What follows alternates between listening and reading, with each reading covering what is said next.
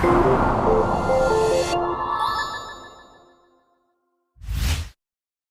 everyone, it's Starella, and welcome back. Today we're playing a game called Prescription Love. Now, I couldn't find anything good to play on Steam or itch.io, so I decided to go through my collection and realize I had a bunch of visual novels that I haven't played or have been meaning to play, but like I said, they tend to take a long time, so I figured, why not now? I got about, this one including, so about 5 good ones that interest me at least. So, we're gonna hit start and stop listening to this Kingdom Hearts 2 music. Okay, we're waking up in a hospital. Alright. A sharp, blinding light pierces through my eyelids as I slowly open my eyes. My limbs feel heavy and unresponsive, as if the bed had become part of me. What? I squint, trying to make sense of my surroundings, but everything is a blur. Just gonna make sure. Alright, make sure my model's correct. The sterile smell of disinfectant biting at my nose. My screen, full screen. Hold on. There we go. Annoying black border. We're gonna save right there. The rhythmic beeping of machines fills the room like a metronome. I look around disoriented, my vision slowly coming to focus. I'm lying in a bed covered in crisp white sheets. And there's something strapped to my arm. An IV line? What's this doing in my arm? I mean, were you in an accident? Is that why you're in the hospital? As I come to, there's a deep throbbing ache in my head that feels like it's about to split my skull from the inside. Why am I... My thoughts are fragmented, disjointed, like pieces of a puzzle scattered in every direction. My chest tightens at the realization that hits me. I can't remember anything. What happened to me? Why can't I remember anything? I close my eyes, hoping for some fragment of memory to return. By the way, I'm going to be critical of visual novels, because some of them are good and some of them aren't. I'm not being hateful, I'm just saying. For the future. Just think. Nothing. My breathing quickens, my hands clutch the sheets in fear. How can I not remember anything? Why is everything blank? Can we get a move on? I'm just trying to get in the game. Every effort to remember... Stop it. Every effort to remember ends with nothing. Just a void where my memory should be. I try to sit up, but a sharp pain shoots my head. I so messed that up. I try to sit up, but a sharp pain shoots to my head, and I collapse back onto the pillow. My heart pounding in my ears, drowning out the faint beeps of the machines. I feel my anxiety threatening to swallow me whole, when suddenly... A calm, steady voice cuts through the chaos swirling in my head. Hey, it's okay. His voice was gentle, but there was a firmness to it, pulling me from the brink of panic. I slowly turned my head toward the source of the voice.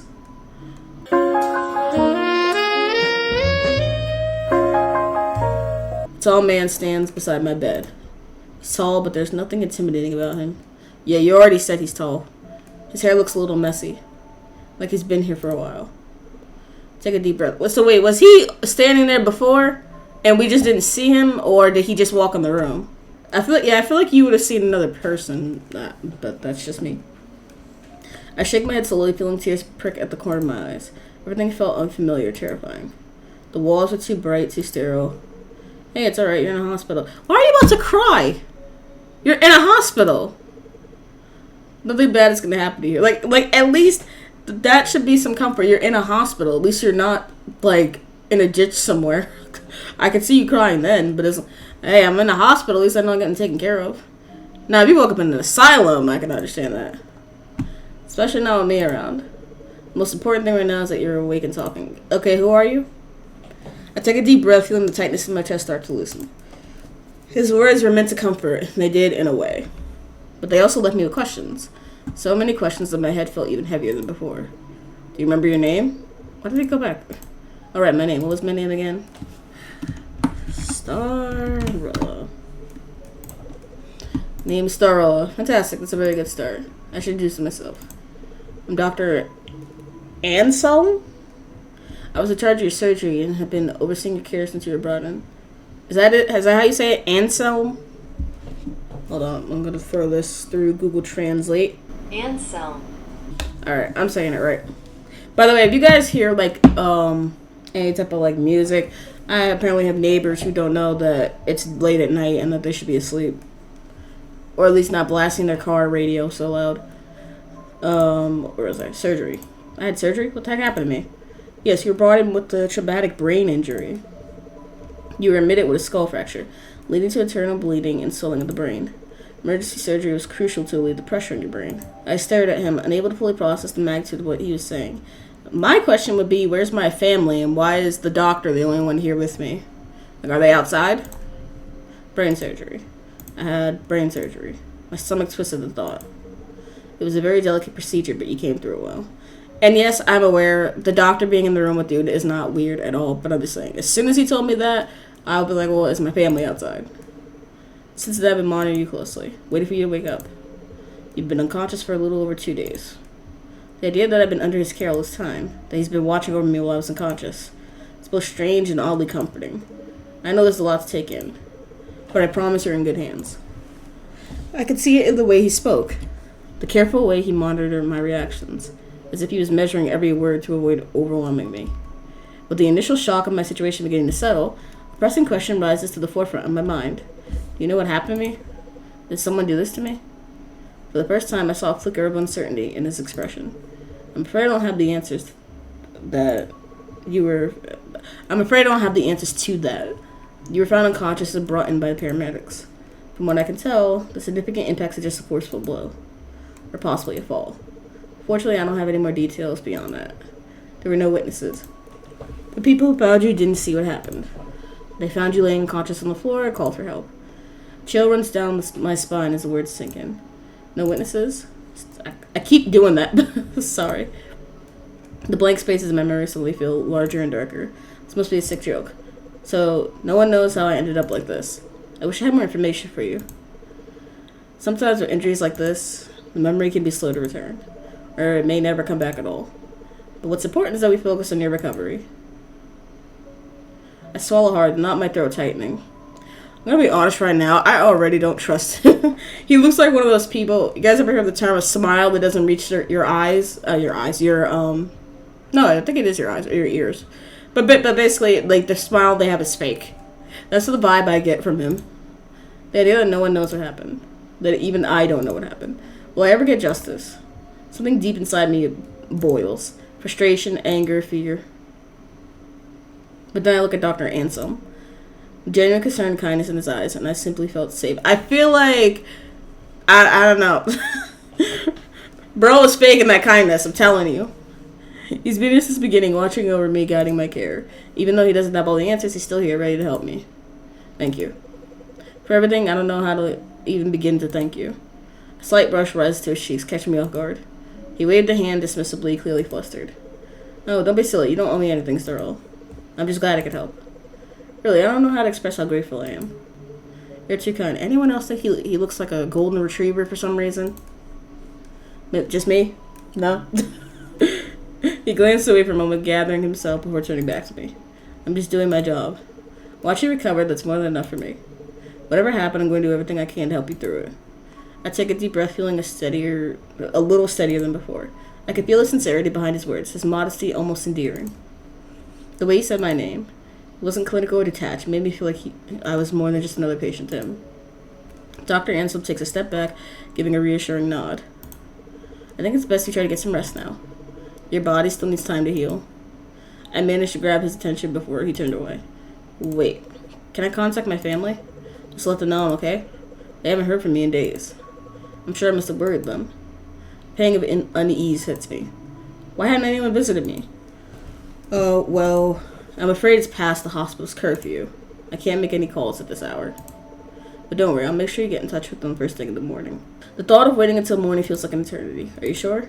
I know it's the hospital's rule, but disappointment was heavy in my voice. I mean, he could offer his personal phone. He really could. He sighed, gently placed a hand on my head. I know it's hard, but right now, the best thing you can do is focus on getting a good night's rest.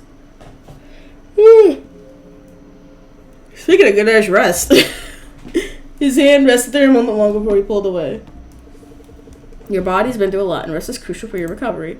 I promise as soon as it's morning, we'll make those calls. Your family will be the first to know. Okay. I murmured, unsure but too tired to argue. Just try to relax now. The severity of my situation still lingers, but there's also a sense of exhaustion settling over me. pulling at my eyelids and making my body feel heavy. Maybe he's right. Maybe rest is exactly what I need right now. Alright, I'll go to bed. Thank you, Dr. Ansem. His eyes twinkle softly. You're welcome. If you need anything, don't hesitate to press the call button. Rest well, we'll talk more in the morning. With that, he turns and quietly leaves the room, closing the door softly behind him. I'm left alone with my thoughts, a steady beeping of the heart monitor beside me. The room feels quiet and still, but there's a sense of safety in knowing that help is just a button press away. Staying in the hospital overnight is by far one of the scariest things ever. I've had to do it before for family. Hated it. Luckily, I've never been a patient, but the thought of being a patient in there, family's not there, nah. Sounds so terrifying. Close my eyes, trying to focus on my breathing, letting the sounds of the hospital fade into the background. The weight of the day presses down on me slowly. Hey, shut the hell up out there! I'm trying to record! Friggin' neighbors. As I drift off, I hold on to the hope that tomorrow will bring more answers, and finally, the sound of a familiar voice. My sleep was suddenly interrupted. Oh, hell no. No. No, I don't do something coming into my room. A soft creak that echoed through the room. My eyes sputtered open, but I was too groggy to fully register the sound. Is that my imagination? I groaned eternally. Well, I can't be bothered. I shifted in bed, wanting to go back to sleep. And my eyes closed again, eager to sink back into sleep. But then I heard it again. Ansem, if that's you creeping like a villain, you need to stop. A slow, deliberate creak like someone was gently pushing the door. Still half asleep, I tried to ignore it. I told myself it was nothing. Maybe the nurses were checking in? I reasoned, forcing myself to relax. Wouldn't the nurse have been in here with him if they were checking in, though? They would have came in with him, done everything they needed to do. Hell, why didn't he do it? I reasoned, forcing myself to relax. I squeezed my eyes shut and tried to force myself back to sleep, but that sense of unease started to creep in. I couldn't shake the feeling that I wasn't alone. Something didn't feel right. With a groggy sigh, I forced my eyes open again and glanced at the door. That's when I saw them. Yo! Hell no! Oh, that's so creepy. A pair of eyes. They were peering at me through the gap in the door. The eyes almost blending into the shadowy gap, but there was no mistaking them. Guys, right there, that is one of my worst fears. Just being alone in your room and you see somebody staring at you. They're watching me. If that's the doctor, I'm already scared. Hell, I threaten them. You gotta be tough. I'm not gonna let this creep scare me. Ahem. Hey, I see you. I know karate, so you better back off. The eyes stayed fixed on me as if testing my courage. Oh, stop! I squint, trying to focus on the narrow gap of the door. I can't make sense of what was happening. Was someone actually watching me? Am I imagining things? Yeah, nope! Then momentarily I remembered the call button beside my bed. It was right there, within reach. My lifeline to hell. I fumbled for it with trembling hands, my fingers finally finding the button. The instant I pressed it, the eyes vanished. When they were there, the next they were gone as if they never existed. I quickly sat up in bed, staring at the door. The gap was now empty. I listened carefully, and then I heard it. Soft sound of footsteps, light and hurried, moving away down the hall. Hold on for 1 second. Guys, I need to get a firearm. I'm so serious. The only weapon I got in here is my freaking Zangetsu sword I got from GalaxyCon. That's all I got. It'll have to do. My pulse quickened, my mind reeling from what had just happened. Within seconds, Dr. Ansem enters the room. I came as fast as I could. No. That was you. That had to be you. Don't act like you weren't staring at me from the door, Doc. His eyes immediately swept the room, searching for some unseen threat. I could see concern in his expression as he turned to me. Is everything alright? He pressed the call button. Something happened? I saw eyes staring at me, and then they vanished the moment I pressed the button. I watched his eyes scan the room. He walked over to the door, glanced in the hallway, before turning back to me. There doesn't seem to be anyone. Sometimes when we're exhausted, we see things that aren't really there. No, that was you! That was you! You can't fool me. Just because you look pretty, you're not fooling me. That was you. It's not unusual, especially when under a lot of stress. I shook my head. No, I'm sure of what I saw. They were right there. I even heard footsteps leaving after I pressed the button. Don't worry, I'll have someone check the security cameras to see if anyone was in the hall. You know what? I'm not a patient, but I can understand why that would be frustrating. Imagine you genuinely see something, and the doctor's just like, oh, your mind must have been playing tricks on you. Especially if you heard breathing and heard them leave. No. For now, try to get some rest. I'm not sleeping in here. I promise nothing bad is going to happen to you. You going to stand by me and watch? But actually, no, you are the eyes, so don't stand there. He gave me a reassuring smile before leaving, but I could see the uncertainty in his eyes. This music is not helping either. Oh, I don't want to be I'm not even in the room, but I don't want to be stuck in this room. As the door closed, I lay back down. I glanced at the door, half expecting to see those eyes again. I knew I wouldn't be able to sleep now, not after what I saw. Yeah, this music is not helping.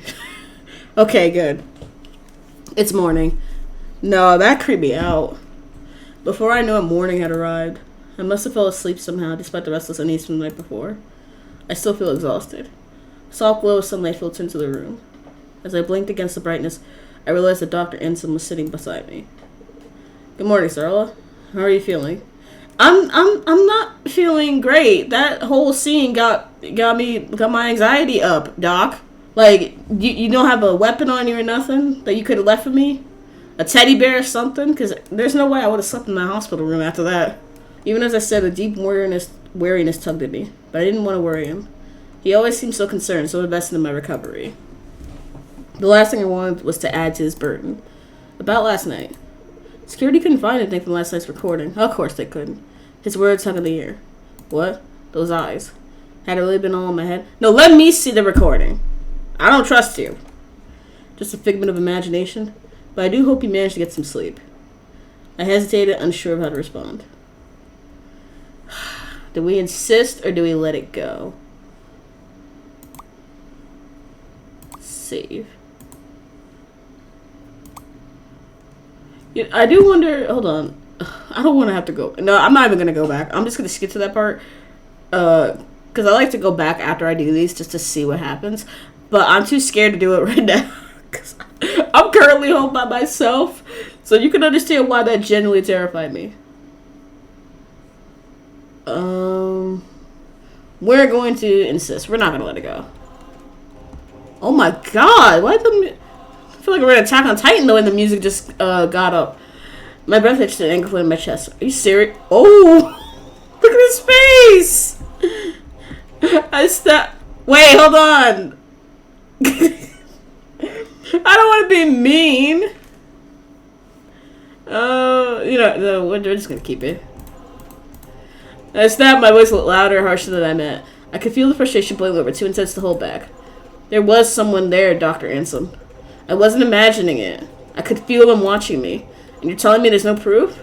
How am I supposed to sleep knowing that creep is still in the building? Dr. Anson looked sad, like my reaction wounded him somehow. He opened his mouth to say something, but no words came out for a moment, and the silence between us grew thick with tension. I'll talk to him again later. His voice is softer now, so my anger had depleted him. Oh, I feel so bad. I promise I'll dig deeper into this. I don't want you feeling unsafe. He paused, a quiet sadness in his eyes that I couldn't fully understand. Alright, save that. You're right. I'll make sure they take a close look. Trying to focus something else, I reminded him. And about the call you promised last night to my family? Of course, I remember. I promised and I always keep my promises. He reaches into his pockets and pulls out a hospital phone, handing it over to you. Here you go. Let's get that call made. I eagerly take the phone. I dial the familiar numbers and press the phone to my ear. The phone rings once, then twice. It keeps ringing. I wait, holding my breath, but no one answers. Just the persistent sound of the ringtone, then finally... No one is available to take your call. Seriously? I feel a sneaky feeling in my gut as the call goes to the answering machine. I lower the phone. I can't have the disappointment on my face. I don't even try to mask it. No one answered. Dr. Anson placed a comforting hand on my shoulder, grounding me in the present. His touch was warm, comforting. I looked up and his expression mirrored the sadness I felt. I'm sorry. I know how much you want to speak with them. Maybe they're busy, is all. Don't worry. I sighed, trying to push down the disappointment. Yeah, you're right. Tried to sound convincing, but the emptiness lingered. Dr. Anson gently took the phone from me, his fingers brushing against mine. I know it's not the news you're hoping for, but I have something that might cheer you up. What? I can get released early? Before I could respond, he stood up, the shift in energy catching me off guard. Daddy steps out of the room for a moment. Something for me? Whatever he had planned, I hoped it would help take my mind off everything. Even if just for a little while. He returns carrying a tray with delicious aroma walking through the air. Ta-da! When he sits down in front of you, I look down at... I'm not gonna lie, that would lift my mood. Eggs and bacon reach to a smiley face. My eyes widening in surprise, a small smile tugging at my lips. I can't help but smile back at it. Oh, this is adorable. It's like my breakfast is cheering me on. Dr. Ansel chuckles. Like, I can't hear with this music in my ears. Dr. Ansel chuckles, looking quite pleased with himself.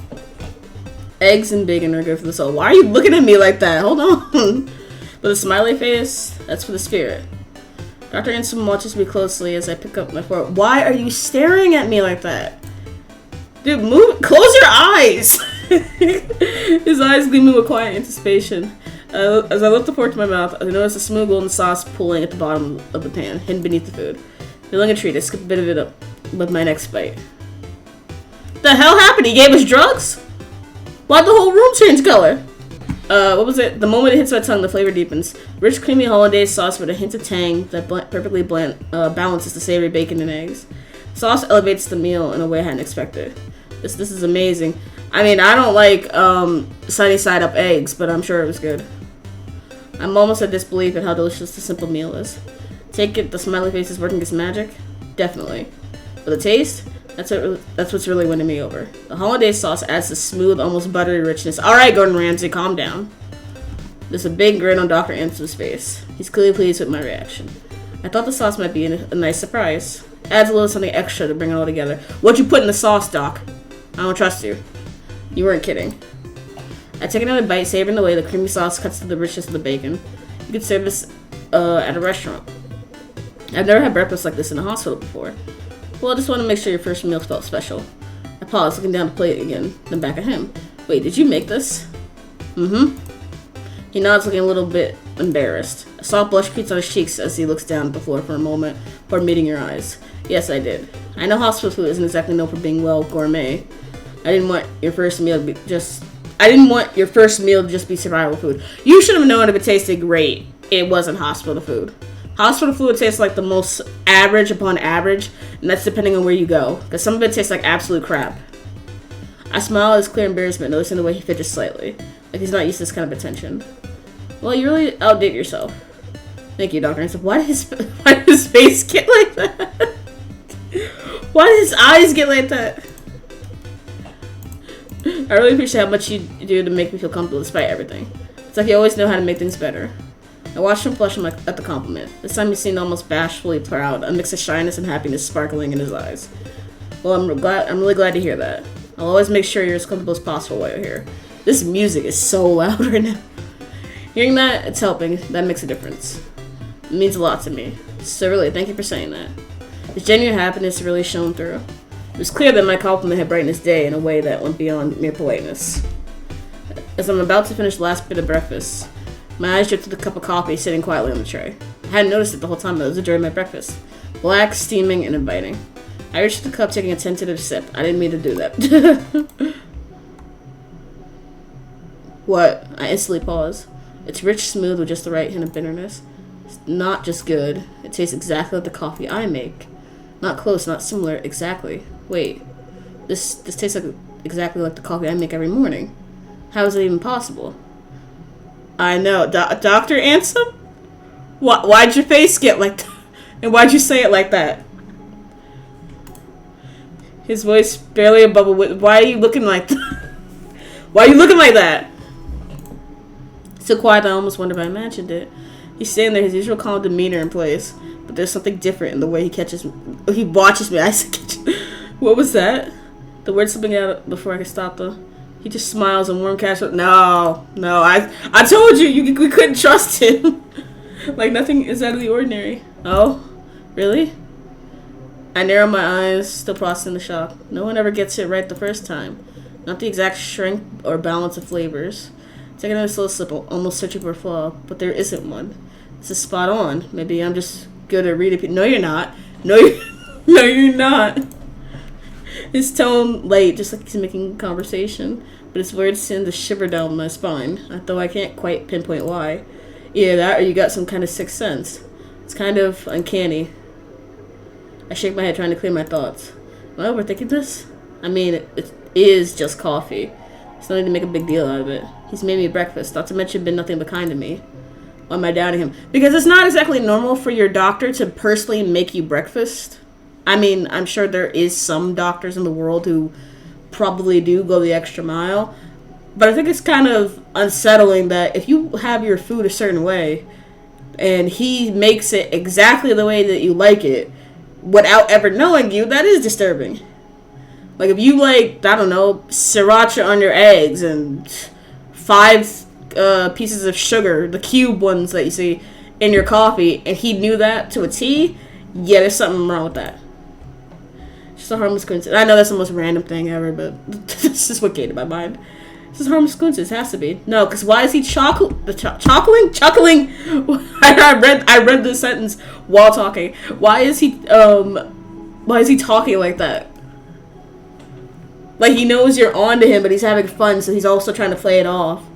Like, oh, she figures it out right now, no problem. He chuckles to sound light and breezy. Let's call it a lucky guess. You just strike me as someone who enjoys strong coffee. But I'm glad I can make something right for you. His words are general. I love the atmosphere changing as soon as she notices something. Well, I guess me. She isn't me. As soon as I notice something is off about him. I suddenly feel guilty for letting my mind wander like that. Don't. No. He's been so considerate. Maybe I'm reading too much into things. You're not.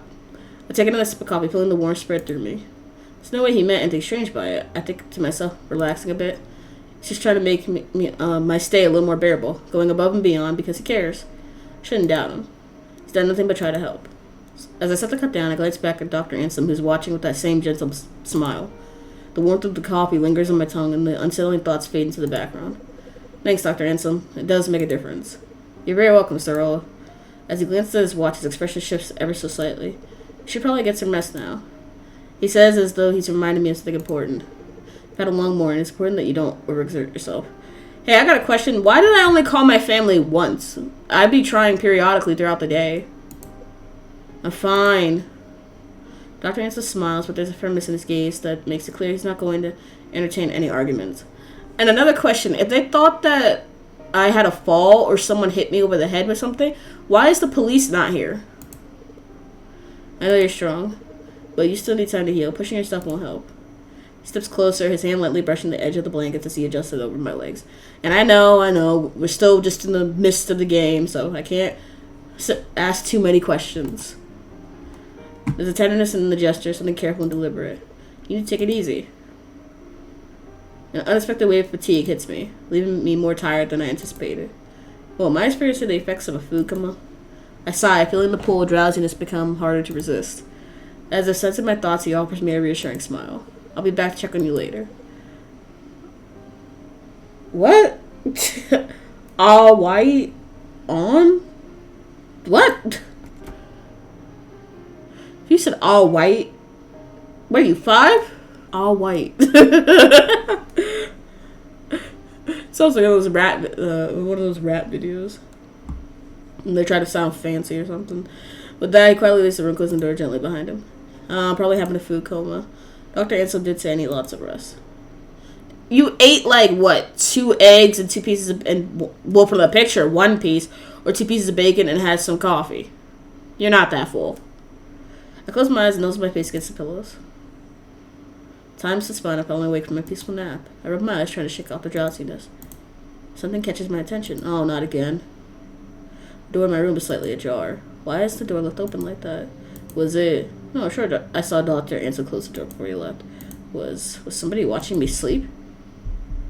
The sight of the partially open door leaves me feeling on edge. I feel vulnerable, exposed. I sit up, that heart thudding in my chest, trying to rationalize the situation. Maybe it's nothing. Maybe... Suddenly the door creaks open wider. Oh, hell no. A figure steps into the room. Dude, oh my god, you gave me a heart attack. I thought the figure was about to come get us. It's Dr. Ansel. Knock, knock. Smiling warmly, holding a clipboard in one hand, a small tray of medication in the other. I'm here for your checkup and medication.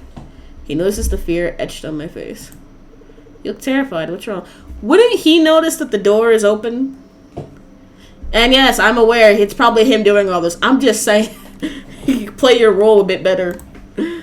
When my heart still raced, I explained quickly. I was taking a nap when I woke up. The door to my room slightly opened. It reminded me about what I saw last night. His face changes slightly to one of guilt. His gaze drops to the floor.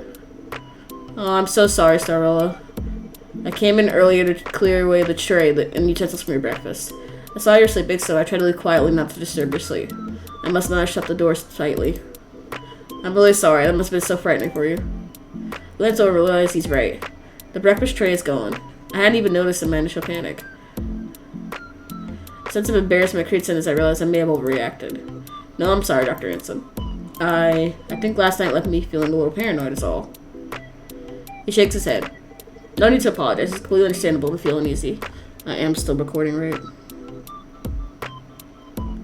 Yes, I am. I should have been more careful. Your comfort and peace of mind are very important. I'm sorry for disturbing that. Thank you, Dr. Anson. Guess I just need some time to adjust. Of course. He moves in closer to check my vitals. Let's get your checkup done, shall we? I promise I'll make sure to close the door properly next time. Yeah, sure you will. He places the tray of medication on the small table next to me. My eyes fall on the pills. So many pills. What are these for? He lifts a small plastic cup and shakes it lightly, making the pills inside rattle softly. Oh, these are painkillers and antibiotics. Given your injury, it's expected that you'll still experience headaches and occasional bouts of pain. Painkillers will help you recover comfortably while you're here. Pause for a moment before adding. Leaning back slightly is considered the best way to explain. Now these. He holds up a larger white and red pill between his fingers. Are a bit stronger. A narcotic analgesic? It's a potent painkiller used for intense pain. So don't be alarmed if you find yourself feeling more sleepy than usual. He points to the antibiotic, ensuring you're following along the continuous. Hit the wrong button. Since I had to perform surgery on you, there's always risk of infection. I wouldn't want that happening to you. These will help minimize that risk, assuring your recovery stays on track. I see. I feel more at ease with the explanation. How messed up would it be if either she didn't actually get brain surgery, he's making her believe that she did, or if he intentionally, attacked her to give her brain surgery and now is keeping her. How messed up would that be? Thank you for taking the time to explain it to me. Of course. It's important for you to understand your treatment. If you have any questions or concerns, please don't hesitate to ask. Your recovery is my top priority. Speaking of recovery, a question sits heavily on my chest. How long do you think I'll take to make a full recovery? He lets out a gentle sigh before responding. Well, honestly, it's hard for me to say for sure. We can't push or predict exactly how long it'll take. Some people heal faster than others. But when it comes to the brain, patience is key. It could take weeks or even months. Seeing the concern on my face, he quickly adds with a soft smile. I know it's not easy to hear. With injuries, especially ones like yours, we have to be patient. I need to ensure you can get back to your daily life safely. When you're ready to leave. I noticed a hint of sadness in his eyes when he mentions the possibility of me leaving. It's a fleeting expression, but I caught it. Then just as quickly he brushes off, his professional demeanor returning. Offering the same reassuring smile, although it seems a bit forced this time. As always, your recovery is what matters, is what's most important right now. No matter how long it takes. I can't shake the feeling that there's more behind his words. Still, I decided to not press further. Dr. Anson quickly changes the subject. Let's get you settled in with some dinner, shall we? He steps over to a small cart, lifting a bowl with a lid. Was that porridge? Yeah, he sets it down in front of me and lifts the cover to reveal a bowl of plain porridge. Compared to delicious breakfast he made earlier, the porridge looks a bit bland. You can't help but feel a twinge of disappointment. He chuckles at your reaction. I'm sorry, it's not quite the same as breakfast, is it? Can't always be spoiling you. Porridge is good for you. It's gentle on the stomach and easy to digest. I understand the need for a simple meal, even though it's not as appetizing. He gives me an encouraging smile as I pick up the spoon. Who knows, maybe I'll surprise you with another special breakfast soon. Can't help but smile back. I'll hold you to that. Taste may be bland, but the warmth and care behind make it a comforting meal. After finishing the porridge, I start to feel the heaviness of drowsiness creeping in. Must be the medication's kicking in. Or whatever he put in that dang porridge. I struggle to keep my eyelids open. Dr. Anson, always observant, notices my struggle to stay awake. Let me take this away so you can get a good night's rest. He moves quietly, carefully gathering up the dish and tray. Okay, but you'll be back in the morning, right? Oh, gosh. Why, of course. I'll be here in the morning to check on you. Bro's in his mind. Oh my god, she wants to see me again. Sweet dreams, Starella. Alright. Okay, I'm not saying that. Good night. As the room dims, I hear him softly shutting the door behind him. A simple reassurance that the room is secure and safe. The door closed, I finally allowed myself to fall asleep. The world around me fades. My dumb self. Look, this is why I shouldn't drink and playing games. Just thought, why doesn't he just lock the door? You know, that would be a lot better so no one could come in. And then, obviously, the rational thoughts are like, yes, Starella, why would the doctor not lock... First of all, I don't think you can lock the hospital doors like that from the outside. I don't think. You probably can, but I don't think. Maybe. I haven't been in the hospital in a while. But, of course, the rational part of me is like, of course, the doctor would lock the patient in the room. So, God forbid if something happens, it's an extra minute they have to unlock the door back. Like, yes, that's why they choose to not lock the doors. Because I'm freaking stupid. And I should not drink while I play games. Because I just say the dumbest stuff. I feel like that whole entire sentence got jumbled up. What? When I open my eyes again, I'm not in my room. I'm standing in a narrow alleyway. Yeah, sorry about that. I had a phone call. The air is thick, hazy, making it hard to see much of anything. I start walking, my footsteps barely making a sound in the eerie quiet. Something about this place feels familiar, almost like I've been here before, but I can't quite put my finger on it. The more I move, the more sensation gnaws at me, tugging at something deep in my mind. Then it clicks. I'm dreaming. The realization brings a strange comfort, but also a deeper confusion. Why does this place seem so familiar? I keep walking, looking for an exit, but the alley stretches endlessly before me. No doors, no windows. No one else in sight. Suddenly I hear extra footsteps echoing behind me. I'm not alone. My heart skips a beat, just as I'm about to turn around. My eyes snap open when I wake up. Hi? Why are you staring at me? I'm immediately greeted by the sight of Dr. Anson's face inches away from mine. Ah! We both yell at the same time, startled. He jumps back so fast and then knocks on the tray beside my bed. His eyes are wide with shock. He looks as flustered as I feel. My heart's still pounding in my chest, not just from the dream, but from having him this close to my face. I open my mouth, but no words come out, feeling shy under his gaze.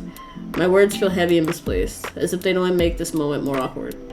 Sorry. He stammers quickly, standing upright. I didn't mean to scare you. I watch his hands fidget nervously. I was just checking your vitals. It looks so peaceful and, it's okay. I mumble my cheeks for it. Suddenly I'm unable to look directly at him. I want you guys to understand this for a moment. She woke up to this. Staring at her. Imagine waking up and seeing your doctor that close to your face. Like, just watching you sleep. And then he realizes that she's staring at him. Like, how much of a trance were you in? The room feels suddenly too small. There's a lot of silence, but he quickly recovers. So, how was your sleep? It was weird, actually. I had this dream about an alleyway. Something flickers across his face. Slight shift in his expression, like he's suddenly paying extra attention. An alleyway? Yeah, because he's the one that attacked you. What happened? I shrugged, still feeling a bit off from the dream. I was just walking there, her footsteps behind me. No, we need to address why you were staring at me so closely while I was asleep. We need to address that. And we can't just shrug that off. I don't care if you do like your doctor. That's creepy. Like someone was following me. But I woke up before I could turn around. He listens carefully, eyes focused on me like he's considering something. There's a moment where I think he might ask more, but he doesn't. He gives a small chuckle. It does sound like a strange dream. But dreams are usually made up of random thoughts and feelings all mixed together. I wouldn't worry too much about it. I released a breath I didn't realize I was holding. Yeah, you're right. Thanks for that, Dr. Anson. Of course. He gestured to a small tray on the bedside table. Anyway, I brought your breakfast. I hope you're hungry. Salmon and rice? That's not breakfast, that's lunch.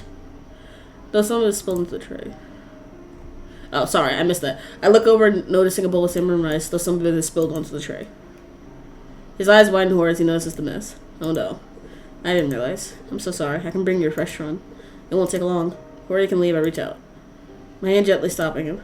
No, it's fine, really. I want to eat it. It looks delicious. I pick up the spoon and take a bite. The buttery taste of salmon immediately fills my mouth and I smile at him. See, it's perfect. I say my words muffled slightly by the food. His face softens with the guilt fading from his face. He watches me for a moment. There's something tender in his gaze that makes my chest warm. I'm glad you're enjoying it, even if it's not exactly how I planned. After savoring the final spoonful of breakfast, I wipe my mouth to glance at Dr. Anson, who's busy tidying up the tray.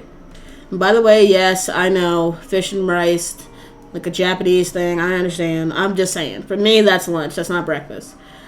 I mean, you know what? Scratch that. That is breakfast for me. Because I never really want breakfast in the morning. I always want lunch in the morning. That is my breakfast. So I take that back. Yeah, that is breakfast. Hey, Dr. Hanson. Can I try calling my family again, or can I go for a short walk? We're going to save. Let's ask for the walk. I just need to change the series, stretch my legs a bit. He immediately stops what he's doing and turns to me. I'm afraid you can't do that yet. You're still not fit enough to exert yourself. Furrow my brow slightly. Imagine if we're not even in a hospital. I just realized that. You're not even in a hospital. Not even walking. I was trying to push a little, thinking it wouldn't be too much effort. His stance doesn't soften. If anything, he seems more resolute. I'm walking. Finality in his tone makes it clear he's not budging on this. Just outside my room? Absolutely no. Why did his face change? They kill me with these facial expressions in these games. There's a hardness in the expression that catches me off guard. For a brief moment, I felt a small flicker of fear, but just as quickly as it came, the intensity melts away and his usual gentle demeanor returns. Yeah. It returns. No, he's not letting you leave. It's for your own good. Even a short walk can set you back. I need to make sure you're fully recovered before you go exerting yourself. I feel, well, we obviously know. A normal doctor would not say this. They would want you to get some exercise. Even if it's just walking around the hospital floor. His explanation is calm. But the memory of that sudden shift lingers. Still, I nod, reminding myself the doctor knows best for me. No, he doesn't. Very good. The firmness of his voice now replaced with a tone of approval. I sink back into the bed, exhaling softly. But I'm suddenly overwhelmed by the sense of sleepiness. Wait. Did I take my medication? The thought floats lazily in my mind, feeling distant and hard to grasp. I try to focus on Dr. Ransom, but his figure starts to blur. No, you didn't. There's something in the food. My vision slowly fading at the edges, and the room seems to spin. Before I can form a coherent question, I feel the warmth of his hand as he gently pulls a blanket over me. Tugging me with gentle care, but it all feels distant.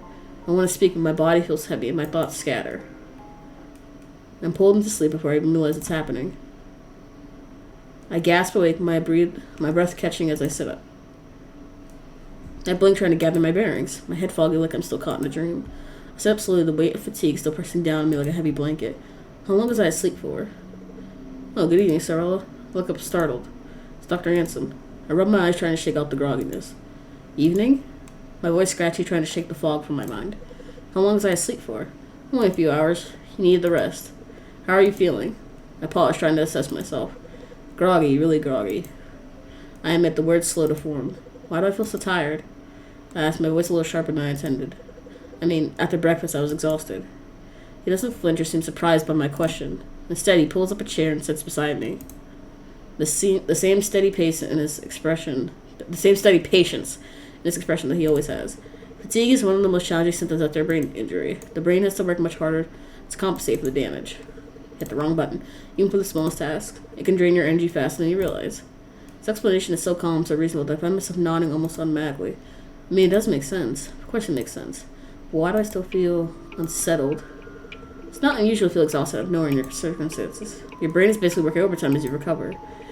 It's important to listen to it, to give yourself that rest when you need it. I'm nodding, but something inside me is stirring, something uneasy. My gut tells me there's more, something he's not saying. But his eyes, warm and kind, don't falter. He pauses briefly, giving the small cup of pills in his hand a gentle shake. Here we go. It's time for your medication. Don't take that. Oh, we can reject it.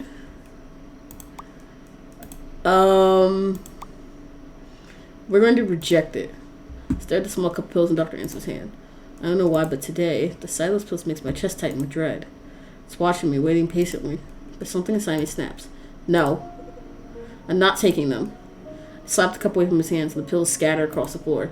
What the hell have you been giving me, Dr. Ransom? I feel exhausted all the time, and I can barely think straight. And you just keep handing me these pills like it's nothing. These are your prescribed medications, Darla. They help manage your symptoms and reduce the pain. Without them, I don't trust you. Oh gosh. How do I know they're not making everything worse? What if you're keeping something from me? Dr. Ransom looks stunned, but it's a sadness in his eyes that stands out. It's subtle, just beneath the surface, like he's holding it back, trying to stay composed. I'm not trying to hurt you. The medication is to help you recover. Without it, the pain will come back. I just can't bear to watch you suffer. But I'm not listening. The mistrust that's been festering inside me has reached its boiling point. I'm not taking them. I don't trust you. Dr. Ansem nods, his face falling just slightly as if my words weigh heavily on him. He looks at me for a long moment, something unspoken in his eyes, an almost pleading sadness. For a moment I expect him to argue back, to push back, but he doesn't. He sighs, stepping back. I won't force you. He stands holding the now empty cup. His eyes lock in with mine. There's no anger in his gaze, just quiet sadness. He's always trying to remain strong, but can't fully hide how deeply my rejection has cut him. He turns toward the door, moving slowly, almost reluctantly. As he reaches the doorway, he pauses, his hand resting on the handle. If you change your mind, I'll be right here. His voice is soft, but I can hear the pain in it. I'll never stop trying to help you. Then with one final glance, he leaves the room. The door clicks shut behind him, leaving me alone with my racing thoughts and the lingering tension. The room feels colder, emptier. I sit in silence, the air thick with tension of what just happened. My anger still simmers beneath the surface, but the more Dr. Ansem leaves, doubt creeps in. I know I shouldn't have lashed out like that, but something inside me just couldn't let go of the distrust. Nothing left to do. I let a long, shaky breath, trying to shake off the exhaustion that still weighs me down. Maybe I just need rest. Maybe everything will feel clearer if I can just sleep this off. But almost immediately, a sharp, stabbing pain erupts inside my skull, so intense that it rips a gasp from my throat. The pain is unbearable, instant, and overwhelming. It's as if something inside my head is clawing, tearing, ripping to break free. I clutch my head in my hands, squeezing hard as if I can somehow crush the pain away, but it's useless. My vision blurs and darkness darkens, the room twisting and warping around me. I can barely see. I need help. I need to call someone. I reach for the call button. My fingers are trembling so badly they feel useless. Spit across the bedside table in desperation. The call button tumbles from my hand, bouncing uselessly onto the floor. I know I have to move. I have to get help, for this pain rips me apart. I push myself to stand, stumbling forward like a puppet whose strings have been cut. My legs get out beneath me and the world spinning as I fall. Crunch. The sound is horrible, a wet snapping noise that reverberates through my body. It's as if something inside me snapped, but I don't know what. My neck? My spine? I hit the floor, crumpled in a heap. Starella? Oh gosh. I barely reached the sound of someone calling out my name. I can't move. I can't breathe. Please stay with me, Starella. Okay. It's all my fault. Please, Starella, I can still hear them barely calling out to me again. Their voice breaking, filled with immense desperation. My head hangs to the side, heavy and with the arms. Sorry, I'm breathing too fast. The warm tightens around me, holding me close, but I'm slipping. And then complete silence. What, you died? I really... Guys, I hate endings like that, because it just kind of feels like, if there's a reason we can't trust him, why would we continue to take the medication? Okay.